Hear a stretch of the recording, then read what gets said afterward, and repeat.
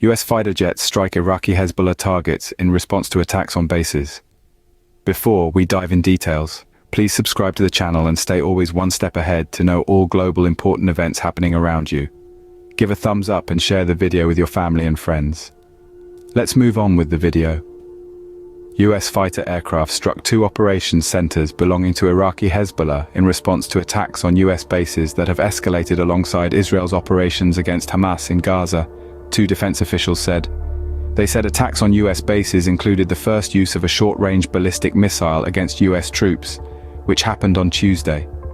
The US fighter jets struck Kataib Hezbollah Operations Center and a Kataib Hezbollah command and control node near Al-Anbar and Yurf al-Sakr, south of Baghdad, on Tuesday, the officials said, speaking on condition of anonymity to provide additional sensitive details of the attacks.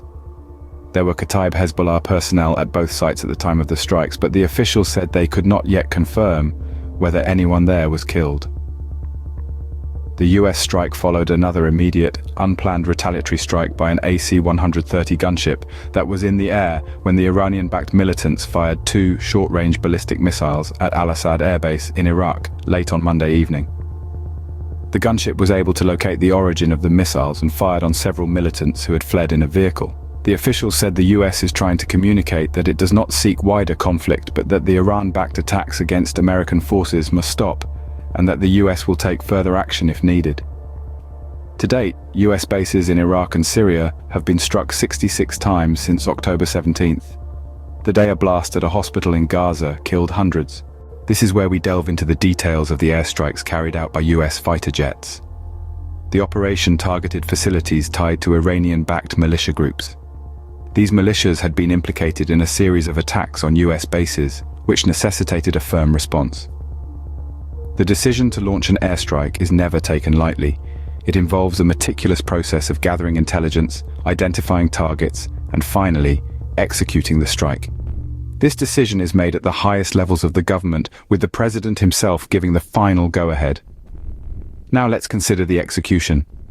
Fighter jets, laden with precision-guided munitions, take off from undisclosed locations. These jets are piloted by highly trained individuals who have the responsibility of carrying out the mission while minimizing collateral damage. The targets are often facilities that serve as hubs for these militias, and the intention is to cripple their ability to launch further attacks. However, while the response was being executed, an interesting subplot was unfolding. An Australian billionaire, Anthony Pratt, was allegedly informed about the airstrikes by none other than the president himself. This revelation sparked a debate about the sharing of sensitive information with individuals outside the official chain of command. Such a disclosure could potentially jeopardize the safety of military personnel involved in the operation. Moreover, it raises questions about the handling of classified information at the highest levels of government. While the sharing of this information is an interesting side story, it does not diminish the significance of the operation itself. These airstrikes were not just about retaliation. They were about sending a strong message to the perpetrators of the initial attacks. The United States, through these actions, communicated its resolve to protect its personnel and interests, even if it meant resorting to force.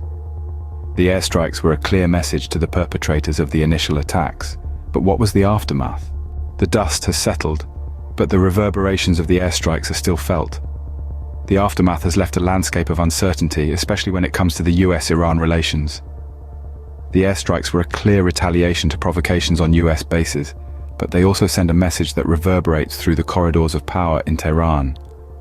The Iran nuclear deal, a delicate piece of diplomatic craftsmanship, is now in an even more precarious position.